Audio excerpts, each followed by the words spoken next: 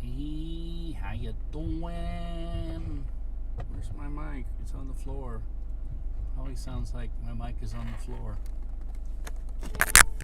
Hi.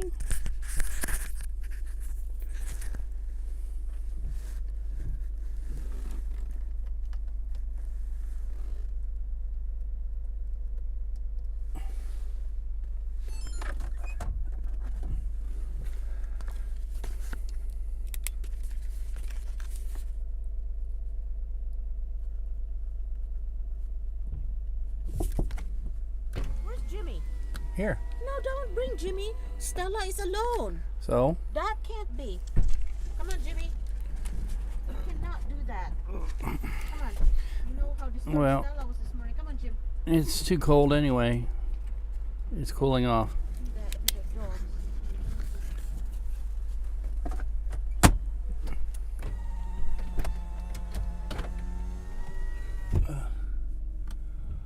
I would protest, but it's too cold. I don't want to have a dog in the car when it's cold.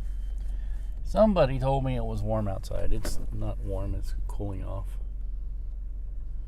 It's a feels like temperature of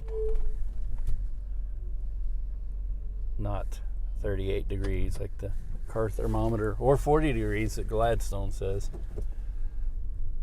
You know, here in Missouri, northeast Kansas,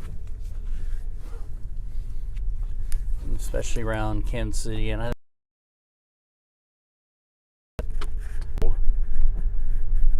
some people up north will say, well, you guys are a bunch of wimps. We have a minus blah blah. And it's like, yeah, but you have a minus blah blah and dry air, and it feels actually not bad, not very noticeable. But here, and it gets even worse in the south,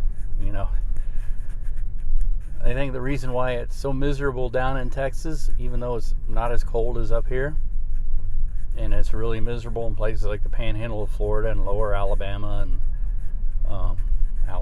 and Mississippi, is because their humidity is ridiculous down there, even in cold weather. And so you get temperatures in the 40s, mid 40s, and the wind is blowing, and humidity is 70-80%. They say that's impossible because, with the condensation of the air, if you have high humidity, it'll come down as moisture. Yep, it's doing that now. So it's bone-chilling cold here. Even though it's, 40 degrees here? So the feels like temperature is probably in the 20s. But the actual temperature can stay up here in the 40s because then it won't freeze on the roads. And I don't like when people say things like, oh, and the wind chill index, because that's parsing it all out. It's actually a whole bunch of factors. Speaking of dry air, inside the house is dry. It's still messing with our sinuses.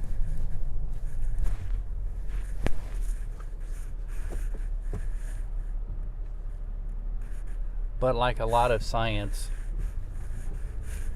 you can't just be like, one equation fits everything. No, it's a whole bunch of different factors that actually will produce what the air actually feels like.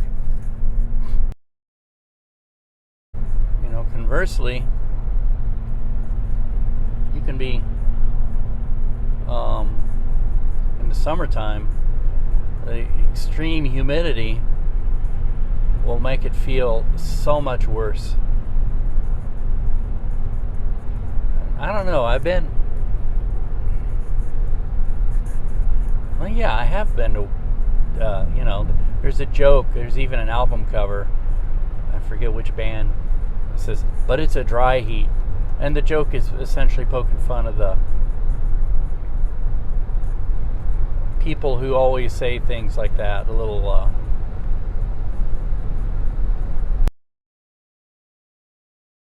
I've been to deserts, and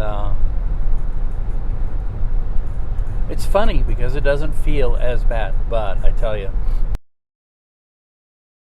no matter how dry.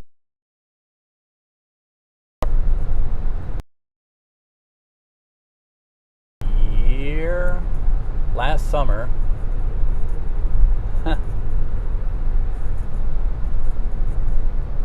we had the record highest heat, and by record I mean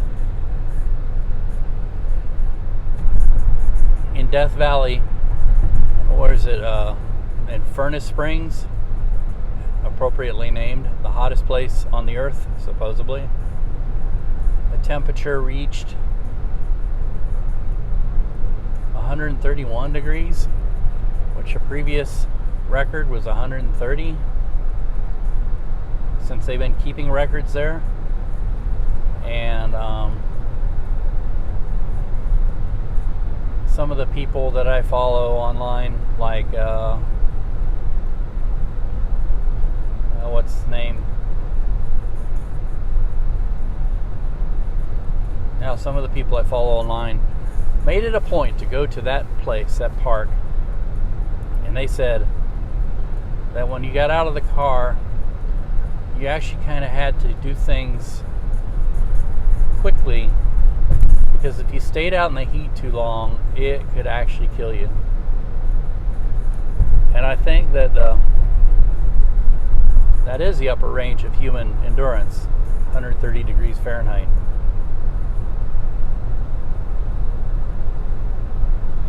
Which is, I don't know how many degrees above Celsius. Unfortunately, we don't use the more sensible metric system here in this country. We still use the old arcane English system, or SAE. Society of SAE, no, that's for tools. SAE is Society of American Engineers. But those are all the tools that are, you know, the wrenches are measured out like 3/4, 5/8, you know, things like that.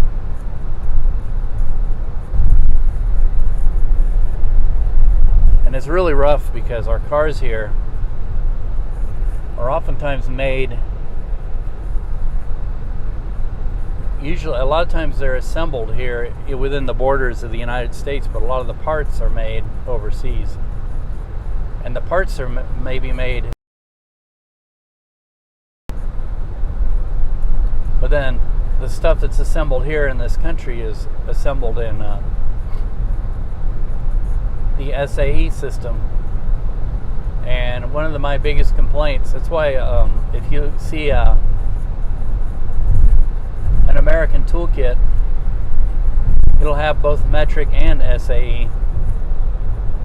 And one of my biggest complaints when I used to work on, I used to have back in the 80s, real junky American small cars. First effort by Ford Motor Company to mass produce a small car was the Ford Pinto. And I don't mean small car, I mean compact car. We had built what we called small cars, and now we would call those mid-size or large cars. But the Ford Pinto was the first compact car, and it was a, pardon my non-French French, it was a bastard. I mean, even on the same parts, I remember, this nut is SAE, and the one right next to it is metric. What the hell? It made it harder, especially when they stuffed full-size components into a compact car, because it wasn't really, it was a compact car made with non-compact car components. Like getting to parts of the suspension could be an ordeal, and places where you couldn't reach into the engine. And this was at a time when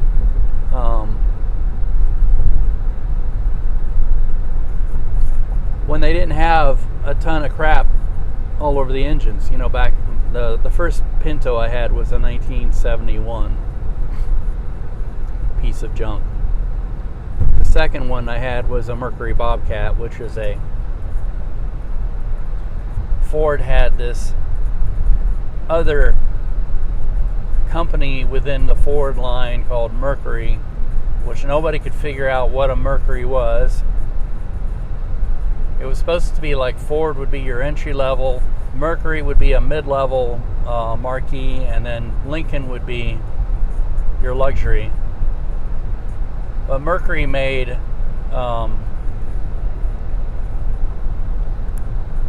cars that were cheaper, you know, than the actual Fords.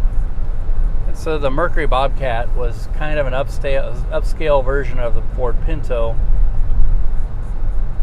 It was the same everything. It just had a kind of a ridiculous straight up and down grille grafted onto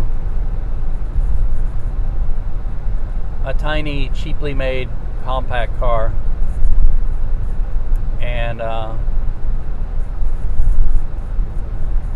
you know, the grille kind of made it like, I don't know how to describe it.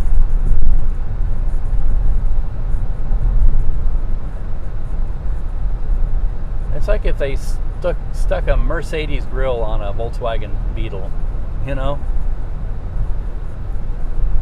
And then charged you another $2,000 for the privilege.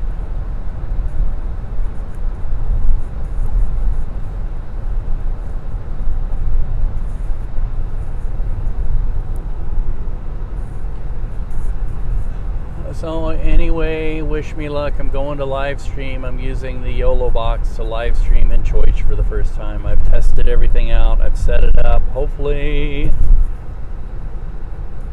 I'm going to wire directly into the via Cat 5 cable, which I have with me.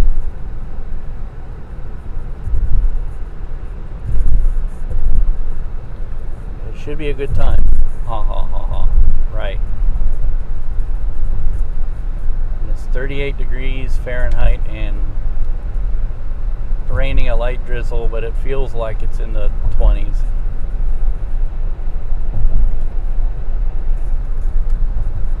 And there's been talk of snow. But we're hoping this temperature doesn't dip down to around freezing, and then this stuff will turn into ice.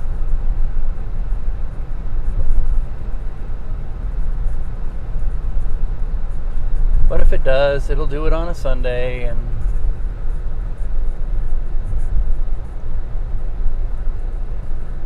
as long as it doesn't go into Monday morning, the rest of the week it's supposed to get nice, like in the 50s Fahrenheit maybe.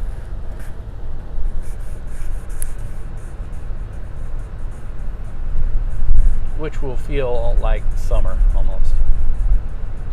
Yesterday, even though it was cool in the shade, we took Jimmy out to Parkville, had a nice little walk.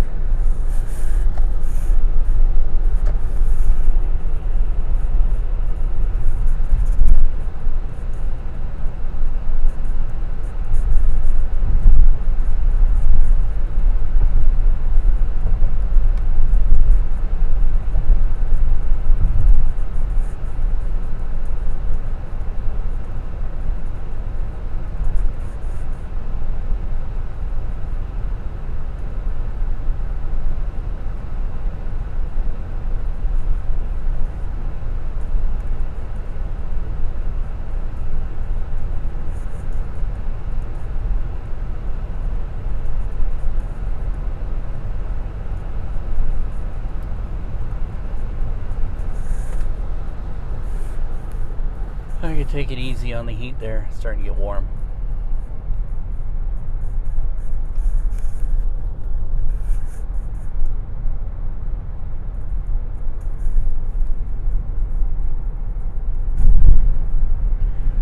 I'm coming in a little early today because my setup, even though my setup is simpler, I'm only using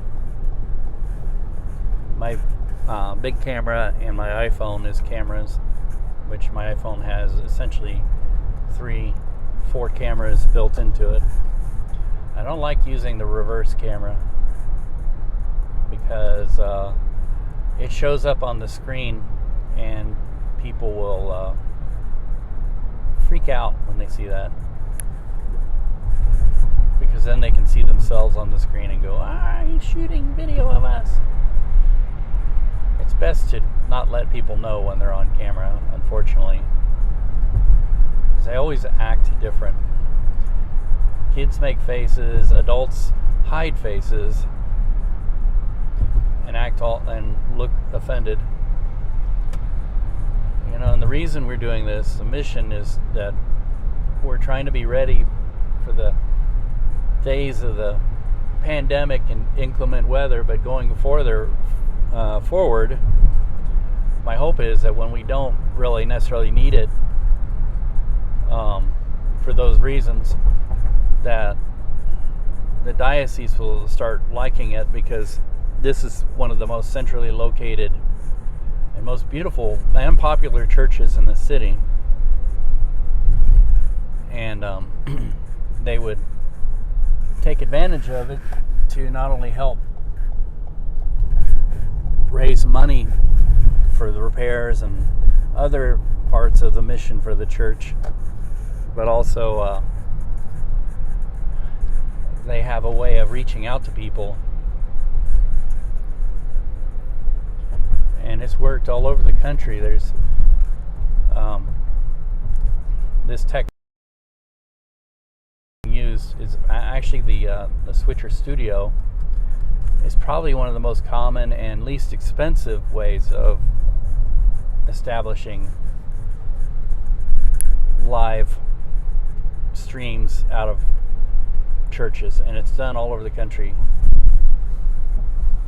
This way I'm using now is not as common, but it's a lot less intrusive, a lot easier to deal with, I hope, knock on wood.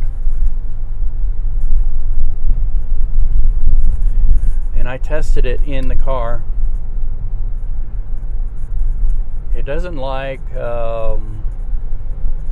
my cell phone hotspot. I'm not sure if that's a matter of a problem with it or a problem with the fact that my cell phone company, which is now T-Mobile, is throttling me because they have usage limitations, even though the advertising claim is that it's unlimited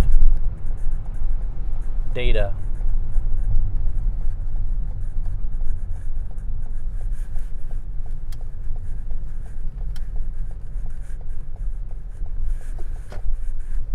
And here we are, and the spot that I always like to park in is open, so I don't have to kill myself walking all the way around carrying equipment or making multiple trips to save my back, which means multiple long trips.